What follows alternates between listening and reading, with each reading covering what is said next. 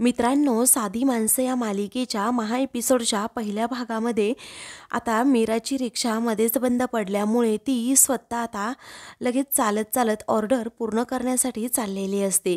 तिच्याकडे ते केळीचे खुंट सुद्धा असतात। समोर आता नेमका पंकज उभा असतो। पंकज उभा आता एका क्षणी धक्काच बसतो की ही मीरा एवढी पळत पळत हे केळीचे खुंट वगैरे घेऊन कुठे चालली आहे। तो देविकाला म्हणतो, ठेव बरं पटकन फोन, असं म्हणून आता तो पटकन मीराचा व्हिडिओ काढून घेतो।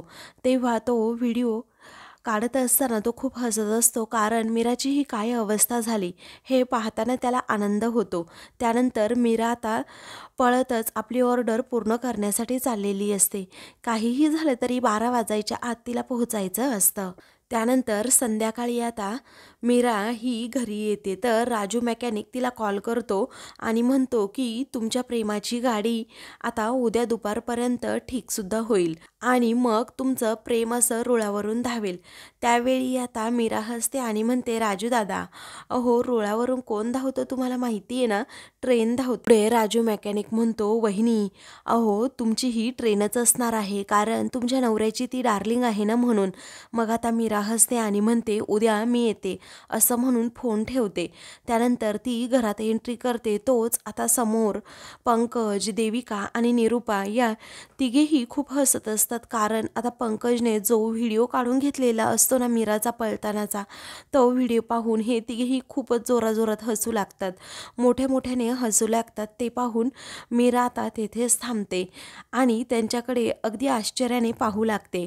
तेव्हा इथे सांगलीमध्ये काय मॅरेथॉन स्पर्धा चालली होती का, असं पंकज हसतच विचारतो। देविका म्हणते, अरे पंकज, पण एकच स्पर्धक होता का त्यामध्ये? तेव्हा देविका लगेच निरूपाला तो व्हिडिओ दाखवत असते। पुन्हा पुन्हा तो व्हिडिओ पाहून आता ते तिघेही खूपच हसू लागतात। मग त्यानंतर निरूपा तोच व्हिडिओ मीराला दाखवते। तेव्हा मीराला आता समजतं हे माझ्या व्हिडिओवरच हसतायत आणि म्हणूनच ती आता म्हणते, एवढं हसण्यासारखं त्यात काही नाही आहे, मी माझं कामच करत होते। माझी रिक्षा अचानक मध्ये बंद पडल्यामुळे हा प्रॉब्लेम झाला आणि ऑर्डर वेळेवर द्यायची होती। तरीही हे तिघे हसतानाचे थांबत नाही। तेवढ्यातच सुधाकरराव तेथे येतात आणि विचारतात, काय झालं? मग आता निरूपा म्हणते, पहा ना तुमच्या सुनेचे कारस्थान। त्यावेळी आता लगेच तो व्हिडिओ निरूपा सुधाकररावांना दाखवते। तेव्हा सुधाकरराव आता मीराकडे पाहतच राहतात आणि विचारतात, काही प्रॉब्लेम आहे का? ती म्हणते, नाही अहो बाबा, मला हे केळीचे खांब आहेत ना ते वेळेवर पोहोचवायचे होते आणि जरा प्रॉब्लेम झाला म्हणून मी पळत पळतच निघाले होते। तेव्हा ते म्हणतात, बाळा तू यांच्याकडे लक्ष देऊ नकोस, तू तुझं काम कर आणि जा बरं, अगोदर फ्रेश हो आणि तू आराम कर जा। त्यावेळी आता मीरा काहीच बोलत नाही। तिने तर आराम करायलाच पाहिजे, कारण पळून पळून ती थकली असेल, असं म्हणून पुन्हा एकदा निरूपा ही खूपच जोराजोरात हसू लागते। पंकज आणि देविका सुद्धा आता नुसते हसतच असतात। तर मीरा आता पाणी पित असते। त्याच वेळी आता सुधाकरराव विचारतात, काय झालं अगं मीरा, तू त्यांच्याकडे लक्ष देऊ नकोस, मला तुला एक विचारायचंय, तू हे का करतीयस? तेव्हा मीरा म्हणते, मला एक स्वप्न पूर्ण करायचंय, त्यासाठी मी हे काम करते आणि ते स्वप्न काय आहे ते मी तुम्हाला सांगू शकत नाही बाबा, असं म्हणून ती आता सुधाकररावांना सुद्धा सांगत नाही। तेव्हा ते म्हणतात, जे काही करते ना ते स्वकष्टाने करते, मी सुद्धा तुला विचारणार नाही। एक काम कर, तू त्या तिघांकडे अजिबात लक्ष देऊ नकोस, आता जाऊन आराम कर। तेव्हा ती हो असं म्हणते। आता सुधाकरराव तिथून गेल्यानंतर निरूपा पुन्हा एकदा हसते आणि म्हणते, हे पनवती ऐक ना, हे फुलवाली, अगं आम्हाला जरा मॅरेथॉन स्पर्धेसारखं पळून दाखव ना। तरीही मीरा त्यांच्याकडे दुर्लक्षच करते आणि मग त्यानंतर तेथून जाते। तेव्हा आता पंकज म्हणतो, मी रस्त्याच्या कट्टेवर बसलो होतो आणि मग तेथून ही मला पळताना दिसली, मी हा व्हिडिओ काढला। तेव्हा देविकाला आश्चर्याचा धक्का बसतो। तेव्हा ती विचारते, अरे तू तर ऑफिसमध्ये होतास ना, मला जेव्हा फोन केला तेव्हा तू म्हणाला होता की खूप काम आहे, मग आता अचानक असा रस्त्याच्या कट्ट्यावर बसला काय आणि व्हिडिओ काढला काय, हे काय नवीन? मग आता तो जरा घाबरतो। तिला काय उत्तर द्यावं कळत नाही. मग आता निरूपा त्याला इशारा करते. तेव्हा पंकज आता तिला खोटं सांगतो. अगं, मला क्लायंट व्हिजिटसाठी सारखं बाहेर जावं लागतं आणि तुला म्हटलं होतं ना AC बिघडलंय, त्यामुळे मी जरा रस्त्यावर फेरफटकासुद्धा मारायला गेलो होतो, म्हणून ही मला दिसली आणि मी लगेच तिचा व्हिडिओ काढला. तेव्हा देविका ठीक आहे असं म्हणते आणि रूममध्ये जाते. त्याचवेळी पंकज आता घाबरलेला असतो. मग निरूपा म्हणते, आत्ता वाट लागली असती, एक काम कर, तू अगोदर नोकरी शोध. त्यानंतर तो म्हणतो, नोकरीचं राहू देत, ती मी शोधणारच आहे, परंतु अगं मम्मा, हा पनवती आणि ही फुलवाली नवीन काहीतरी करतायत असं वाटतंय. स्वकष्टातून बंगला बांधतील आणि पूजेला आपल्याला जावं लागेल. मग बस तू एकटीच. तेव्हा आता ती फुलवाली काय काय करते ना ते मी बघतेच, असं म्हणून निरूपा आता चिडलेली असते. त्यानंतर मीरा आता रूममध्ये येते आणि तिने सत्यासाठी जो पैशांचा गल्ला साठवलेला असतो तो फोडते. तर ती ते पैसे मोजते. तर आता 27,000 रुपये जमा झालेले असतात. ती खूपच खुश होते आणि म्हणते, आता 27,000 रुपये तर माझ्याकडे आहेत, परंतु 3,000चा प्रश्न आहे. उद्या सकाळीसुद्धा खूप मोठी हारांची ऑर्डर असल्यामुळे ते 3,000 रुपयेसुद्धा मिळतील. एक काम करते, सर्व हे पैसे राजू मेकॅनिकला देते, म्हणजे गाडी पण ताब्यात लगेच येईल, असं म्हणून ती खूपच खुश होते आणि त्या पैशांकडे पाहत राहते. तेवढ्यातच धुमकेतू धुमकेतू असा आवाज देत तेथे सत्या येतो आणि दार बंद पाहून तो दाराला आता थाप मारत, ए धुमकेतू दार उघड, असं सतत म्हणत असतो. तेव्हा मीरा जरा घाबरते, कारण त्याने जर एवढे पैसे पाहिले तर मग विचारेल की कशासाठी हे पैसे तुला हवे आहेत, असं म्हणून ती पटकन आता सगळं काही व्यवस्थित ठेवते आणि पैसेसुद्धा त्या हारांच्या पिशवीमध्ये लपवून ठेवते. त्यानंतर ती दार उघडते. तेव्हा आता सत्या म्हणतो, काय आतमध्ये काय करत होतीस? तेव्हा ती म्हणते, काही नाही, हे काय, मला हारच आता गुंफायचे आहेत. त्यावेळी तो म्हणतो, मला उद्या सकाळी लवकर भाडं आहे, तू एक काम कर, तू सुद्धा झोपून घे, काल रात्रीसुद्धा झोप झाली नाही तुझी. तेव्हा आता बाहेर निरूपा येते आणि दाराला कान लावून त्या दोघांचं बोलणं आता ऐकू लागते. तिला आता समजतं की उद्या सकाळी हारांची ऑर्डर घेऊन हिला जायचं आहे. मग आता ती म्हणते, कशी हारांची ऑर्डर घेऊन जाते ना ते मी बघतेच, असं म्हणून हसतच ती तेथून जाते. इकडे सत्या म्हणतो, अगं झोप धुमकेतू, असं म्हणून तो तोंडावर पांघरून घेऊन झोपतो. मग आता मीरा ती हारांची ऑर्डर पूर्ण करते आणि सत्याकडे पाहत म्हणते की उद्या तुमची धुमकेतू तुमच्याकडे असेल, तुम्हाला खूप खरंच आनंद होईल, असं म्हणून ती सुद्धा आता झोपते. तर दुसऱ्या दिवशी आता मीरा सगळं काही अगदी व्यवस्थित आवरते आणि मग त्यानंतर सत्यासुद्धा निघालेला असतो. तेव्हा सकाळी सकाळी तुम्हाला भाडं आहे ना, असं मीरा विचारते. सत्या म्हणतो, हो. त्यावेळी आता ती म्हणते की हा घ्या मोरूचा पापा. तेव्हा आता सत्या एका क्षणी थांबतो आणि म्हणतो, हे काय चाललंय तुझं? माझा बाप आता चालायला येत असेल आणि तू हे पापा वगैरे शब्द. मग आता तेव्हा ती म्हणते, अहो, मोरूचा पापा म्हणजे मोबाईल, रुमाल, चावी, पाकिट आणि पाण्याची बाटली. तेव्हा तो म्हणतो, असं वय? तेव्हा ती म्हणते, हो असंच, मग मी वेगळं काहीच म्हटले नाही. मग तो आपला एकटाच हसत राहतो. तेवढ्यातच सुधाकरराव तेथे येतात आणि सत्य बाळा, तू खूपच लवकर उठलास रे, असं ते विचारतात. तेव्हा तो म्हणतो, हो बाप, मला भाडं आहे, असं म्हणून दोघेही आता तिथून निघतात. त्याचवेळी आता मीरा सत्याला बाय करते. त्यानंतर तिचं लक्ष दाराकडे जातं. तर तिने रात्री जो ऑर्डरसाठी हार बनवलेला असतो ना, तो दाराला लावलेला असतो. ते पाहून मीराला आता मोठा धक्काच बसतो. तेव्हा मीरा आता लगेच रूममध्ये जायला निघते. तर निरूपा आता तिच्याकडे पाहून मात्र हसत असते. त्यानंतर मीरा रूममध्ये जाते आणि तिला समजतं एक हार तर गायब आहे. तेव्हा आता ती खूपच निराश होते. तेवढ्यातच तिला आता लगेच ऑर्डरवाल्यांचा कॉल येऊ लागतो की पटकन हार घेऊन या, कारण आमच्या आता इथे देवाची आरतीसुद्धा सुरू होईल. मीरा हो असं म्हणते आणि पटकन बाहेर निघालेली असते. त्यानंतर मीरा पुन्हा एकदा मागे येते आणि निरूपाला विचारते की तुम्ही असं का केलं? मी रात्रभर ऑर्डर ही पूर्ण केली होती आणि तुमचं काहीतरी वेगळंच असतं. निरूपा म्हणते की तुला काय वाटलं ग? तू या घरात जसं वागशील तसं मी तुला वागू देईल का? असं कधीही शक्य नाही, कारण हे घर तुझं नाही आहे, हे घर माझं आहे. त्यामुळे इथे शिस्तीतच राहा. राहायचं, अजिबात काही बाकीची हालचाल करायची नाही. तुला वाटलं असेल की तू ऑर्डर कंप्लीट करशील आणि मी तुला ती करू देईल. तेव्हा मीरा आता खूपच निराश होते. ती म्हणते, अहो देवासाठीचा तो हार होता आणि तिकडे द्यायचा होता, तुम्हाला काही वाटतं की नाही, असं म्हणून आता मीरा निरूपाला खूपच बोलू लागते. त्यावेळी आता निरूपा ही तिला सुद्धा खूप बोलते. तेवढ्यातच रवी तेथे येतो. म्हणतो, काय ग आई, तुला त्रास द्यायचाच असतो का वहिनीला? काही गरज होती का तुला? अगं ऑर्डरचं महत्त्व तुला कळतं की नाही? आता वहिनी कशी तिची ऑर्डर पूर्ण करणार? थांब ग वहिनी, मी दरवाजाचा तो हार काढतो आणि तुझ्याकडे देतो. तेव्हा ती म्हणते की नको नको रवी भाऊजी, अहो असं दाराचा हार काढणं चांगलं नसतं, आपण करूयात काहीतरी. तेव्हा रवी विचारतो, तुझी ऑर्डर तरी कशी कंप्लीट होणार? मग आता निरूपा मध्येच बोलते, गेली हिची ऑर्डरसुद्धा गेली.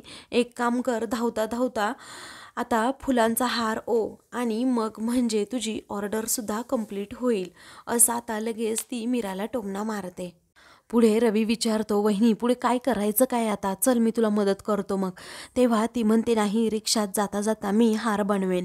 मग आता तो म्हणतो, बाईकवर सोडू का तुला? तेव्हा ती म्हणते, नको, मला हार बनवता नाही येणार. मग त्यावेळी आता तो ठीक आहे असं म्हणतो. त्याला आता मीराबद्दल खूप वाईट वाटत असतं. त्यानंतर आता मीरा लगेच तेथून जाते. तर निरोपा आता तिच्यावर खूप हसते आणि म्हणते, चला, दिवसाची सुरुवात तर खूप छान झाली आणि या फुलवालीला मी चांगल्या प्रकारे धडा शिकवला. आता अजून एक काम करते, जाऊन मस्तपैकी झोपते, कारण अजून थोडा उशिरापर्यंत झोपलं ना झोपसुद्धा होते. सकाळची सुरुवात तर छानच झाली आहे असं म्हणून ती निर्लज्जासारखी तेथून जाते. तर रवीला आता खूपच वाईट वाटतं आणि तो निरूपाकडे पाहतच राहतो, पण आई असल्यामुळे तो जास्त काही तिला बोलत नाही. तर दुसरीकडे मीरा आता रिक्षातून चाललेली असते. रिक्षातून चालता चालता ती आपली आता हार बनवत असते. आता मीरा खूप भरभर तो हार आता गुंफत असते, कारण तिला काहीही झालं तरी आता वेळेत ती ऑर्डर द्यायची असते. त्यामुळे ती खूप टेन्शनमध्ये असते की वेळेत हार गेला म्हणजे बरं होईल. तेव्हा ती आता आपली कामात मग्न असते. तेवढ्यातच आता पुन्हा एकदा त्या ऑर्डरवाल्यांचा कॉल येतो. मग आता ती तो कॉल आता लगेच रिसीव करते आणि म्हणते, हो रिक्षातच आहे मी, येते लगेच 10 मिनिटामध्ये, असं म्हणून ती फोन ठेवते आणि पुन्हा आपलं काम सुरू करते. आता त्यानंतर मीरा कशीबशी आपली ऑर्डरसुद्धा पूर्ण करते आणि ऑर्डर पूर्ण केल्यानंतर लगेच ती आता त्या हारवाल्याकडे देते आणि मग तो खूपच खुश होतो आणि मीरा लगेच त्यांच्याकडून ते पैसे घेते. मीराला पैसे दिल्यानंतर ती पैसे मोजते आणि गालातच हसते, कारण आता सत्याची गाडी नीट करण्यासाठी तिच्याकडे ते पैसे आता आलेले असतात. त्यामुळे ती खूपच खुश होते आणि लगेच घराकडे जायला निघते. पण ती अजिबात हार मानत नाही, कारण आता सत्याचं स्वप्न पूर्ण करण्यासाठी ती अगदी कष्ट करायला तयारच असते. तर दुसरीकडे आता लक्ष्मी आणि मंजू या दोघीही स्टॉलवर असतात. काही वेळानंतर तेथे आता सत्या येतो. सत्या आल्यानंतर तो लक्ष्मीकडे एक पैशांचं पाकिट देतो. त्यावेळी हे काय आहे असं आता ती विचारते. तेव्हा तो म्हणतो, राहू द्यात, तुम्ही फक्त मला मुलगा म्हणता आणि मी मुलाचं कोणतंही कर्तव्य करत नाही. तेव्हा ती विचारते, असं का म्हणताय तुम्ही? मग आता तो म्हणतो की हे राहू देत तुमच्याकडे. त्याच वेळी आता मंजू म्हणते, आई ते देऊ का ग पाकिट? मग आता लक्ष्मी म्हणते, हो दे की. त्यावेळी आता मंजू एक पाकिट काढते आणि लगेच तिच्याकडे देते. तेव्हा लक्ष्मी म्हणते, हे तुमच्याकडे ठेवा. आता एकमेकांनी एकमेकांसाठी पैशांची पाकिटे दिलेली असतात. तेव्हा आता हे कसलं पाकिट आहे असं सत्या पुन्हा एकदा विचारू लागतो आणि त्यामध्ये उघडून पाहतो. तर आता इकडे लक्ष्मीसुद्धा ते पाकिट उघडून पाहते. तर त्यामध्ये आता पैसे असतात.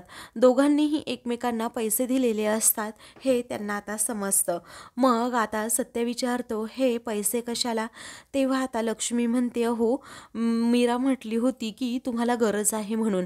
त्यावेळी आता तो म्हणतो, खरंच धूमकेतू असं म्हणाली होती? त्यावेळी आता लक्ष्मी खूप घाबरते. सत्यासमोर काय बोलावं कळतच नाही, कारण आता सत्यानेच आपल्याला ही मदत केली आहे आणि मी सुद्धा त्याला मदत केली आहे, हे असं काय झालं असा आता लक्ष्मीसमोर प्रश्न उभा राहतो. जावयाला पैसे देणं म्हणजे त्याचा अपमानच झाला असं लक्ष्मीला आता मनातून वाटत असतं. त्यामुळे ती आता खूप घाबरलेली असते. पुढे आता सत्या म्हणतो, तुम्ही सुद्धा मला काहीच सांगितलं नाही, तेव्हा काय झालं असं आता लक्ष्मी विचारते. त्यावेळी सत्या म्हणतो, तुम्हाला सुद्धा पैशांची खूप गरज होती ना, पण तुम्ही फक्त मुलगा मानता आणि मला सांगितलं नाही. मंजू आणि लक्ष्मी या दोघीही एकमेकींकडे पाहतच राहतात की आपल्याला कधी पैशांची गरज होती, पण हा नक्कीच काहीतरी गैरसमज झालेला आहे, कारण आता दोघांनीही एकमेकांना ते पैसे दिलेले असतात. नंतर सत्या हा विचार करत राहतो, नक्की हे काय प्रकरण आहे कळतच नाही. मी धूमकेतूला कधी म्हटलं होतं की मला पैशांची जास्तीची गरज आहे म्हणून, आणि हिच्या आईने मला पैसे दिले, उलट मीच त्यांना द्यायला हवेत, असा प्रश्न सत्याच्या मनात येतो.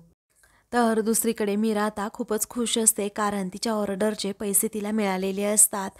त्याचबरोबर ती राजू मेकॅनिकला सुद्धा कॉल करते. तेव्हा तो म्हणतो, वहिनी अजिबात टेन्शन घ्यायचं नाही, कारण आता तुमची गाडी लवकरात लवकर तुमच्या हातात मिळणार आहे, कारण आता तुमची गाडी अगदी व्यवस्थित झाली आहे, फक्त थोडं 10 मिनिटांचं काम राहिलं आहे. तेव्हा मीरा आता खूपच खुश होते. मीरा म्हणते, तुमचे पैसे सुद्धा जमा झाले आहेत, तुम्हाला मी लगेच पैसे देईन, ही गाडी लवकरात लवकर माझ्या ताब्यात द्या. तेव्हा तो हो असं म्हणतो. पुढे आता राजू म्हणतो, ऐका ना, अहो ताई, अजून एक काम, ते म्हणजे तुमची गाडी ना मी धुवून सुद्धा ठेवली अगदी चकाचक, त्यामुळे लवकरात लवकर या बरं आता. तेव्हा ती आता हो असं म्हणते आणि खूपच खुश असते. पुन्हा एकदा आनंदाने आपलं काम ती करू लागते. त्याचवेळी त्यानंतर ती पुन्हा एकदा पैसे मोजून पाहते आणि लगेच पैशांच्या पाया पडते, कारण आता तिचे 3,000 रुपये ऑर्डरचे पूर्ण झालेले असतात. गल्ल्यातले 27,000 आणि हे 3,000 असे मिळून ती 30,000 रुपये राजू मेकॅनिकला आता देणार असते. तेव्हा ती खूपच खुश होते आणि लगेच गॅरेजकडे जायला निघते. तर दुसरीकडे आता सत्या हा लक्ष्मीला विचारतो, तर असा विषय आहे का? हां, मला धूमकेतूला विचारायलाच हवं, कारण आता ही काम कोणासाठी करते कळतच नाही. मी तर माझं काम करतोय, घरात सगळं काही व्यवस्थित देतोय, ही दिवसरात्र कोणासाठी काम करते ना मला कळतच नाही.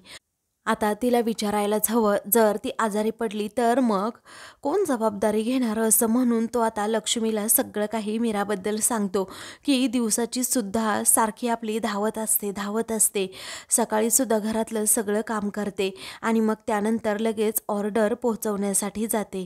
त्यावेळी लक्ष्मीला आता धक्का बसतो. ती म्हणते, बापरे, माझ्या लेकीला खूपच काम करावं लागते. त्यानंतर लक्ष्मी म्हणते, म्हणजे ही घरातलं सगळं काम करून ह्या ऑर्डर पूर्ण करते, काय चाललंय मीराचं कळतच नाही. तेव्हा आता सत्या म्हणतो, तिला विचारायला हवं नक्की काय चाललंय तिचं. ही लक्ष्मी म्हणते, हो ना, मी विचारतेच आता तिला, माझ्याकडून सुद्धा एक्स्ट्राची जी कामं होती ना ती तिनेच घेतली आहे, मीच आता तिच्याशी बोलून बघते एकदा. तेव्हा सत्या म्हणतो, नको, तू नको बोलू सासू, मी तिच्याशी बोलतो, पण तुला काही गरज असेल ना सासू तर मला सांगत जा, कारण पैशांची गरज असेल तर नक्कीच मला सांग, मी तुला मदत करेन. त्यावेळी आता लक्ष्मी म्हणते, नाही हो, मला नाही गरज, आमचा इथे फुलांचा व्यवसाय चांगला चाललाय आता. त्यानंतर आता सत्या हा लक्ष्मी आणि त्याचबरोबर मंजूचा निरोप घेऊन जायला निघतो. तेव्हा लक्ष्मी पुन्हा आवाज देते आणि म्हणते, ऐका ना सत्यजितराव, हे पैसे घ्या तुम्ही तुमचे, कारण मला गरज असेल तर मी हक्काने नक्कीच मागून घेईल. सत्य आता लक्ष्मीकडे पाहतच राहतो, त्याला खूप वाईट वाटतं. मग त्यानंतर तो ते पैसे घेतो आणि मग त्या दोघींचा निरोप घेऊन तेथून जायला निघतो. नंतर आता मंजू म्हणते, आई, मला ना खूप टेन्शन आले, कारण तो मीराताईला जर ओरडला तर ही काम नक्की कशासाठी करते, जर मीराताईने सांगितलं नाही तर मग परत त्यांच्यामध्ये उगीच भांडणं होतील. तर आता दुसरीकडे राजू मेकॅनिक हा मीराला म्हणतो की, वहिनी, मी म्हटलं होतं ना की तुमची गाडी अगदी टकाटक होणार, पहा, डोंट पॅनिक, मै राजू मेकॅनिक हो, असं म्हणून आता तो पुन्हा ते केस विंचरू लागतो. त्याच वेळी आता मीरा त्याच्यावर खूप हसते. सत्याचा मित्र देखील तेथेच असतो, कारण आता मीराला सत्याला सरप्राईज द्यायचं असतं आणि त्यामध्ये त्याच्या मित्राचाही खूप मोठा वाटा असतो. त्यानंतर तो मीराला म्हणतो, ताई, बसा गाडीमध्ये. तेव्हा मीरा आता गाडीत बसते. तेव्हा राजू मेकॅनिक म्हणतो, हा माझा ज्युनियर आहे, हा टेस्ट ड्राईव्ह देईल आपल्याला. मग आता मीरा ठीक आहे असं म्हणते. तेव्हा आता सर्वजण लगेच गाडीतून जाऊ लागता. गाडी चालू झालेली पाहून मीराला खूपच आनंद होतो आणि ती आता खूपच खुश होते. त्या गाडीकडे पाहतच राहते आणि मग तिची नजरसुद्धा काढते. तेव्हा आता आहे की नाही म्हस्का, जायचं का आता आपण, असं आता राजू मेकॅनिक म्हणतो. मग आता मीरा म्हणते की हो जाऊयात आता आपण, असं म्हणून ते सर्वजण आता निघालेले असतात. तेव्हा मीराला आता खूपच आनंद होतो, कारण आता कधी एकदा सत्याला मी हे सरप्राईज देतीये आणि कधी एकदा ही गाडी पाहतोय सत्या, असं तिला होत असतं. आणि मग राजू मेकॅनिकचा ज्युनियर असतो ना, त्याला म्हणते की जरा गाडी फास्ट चालवा. मग आता मीरा खूपच खुश होते आणि ते सर्वजण आता सत्याला सरप्राईज देण्यासाठी तिकडे चाललेले असतात. त्यावेळी आता मीरा म्हणते, भैया खरंच तुम्ही ना खूप छान काम केलं, की जरा कमी पैशांमध्ये, त्यामुळेच ही गाडी चालू झाली आहे, असं म्हणून ती त्याचे आभार मानते. तेव्हा भावाचे आभार मानायचे नसतात असं तो म्हणतो. मित्रांनो, महा एपिसोडचा दुसरा भाग पाहण्यासाठी चॅनलला सबस्क्राईब करा.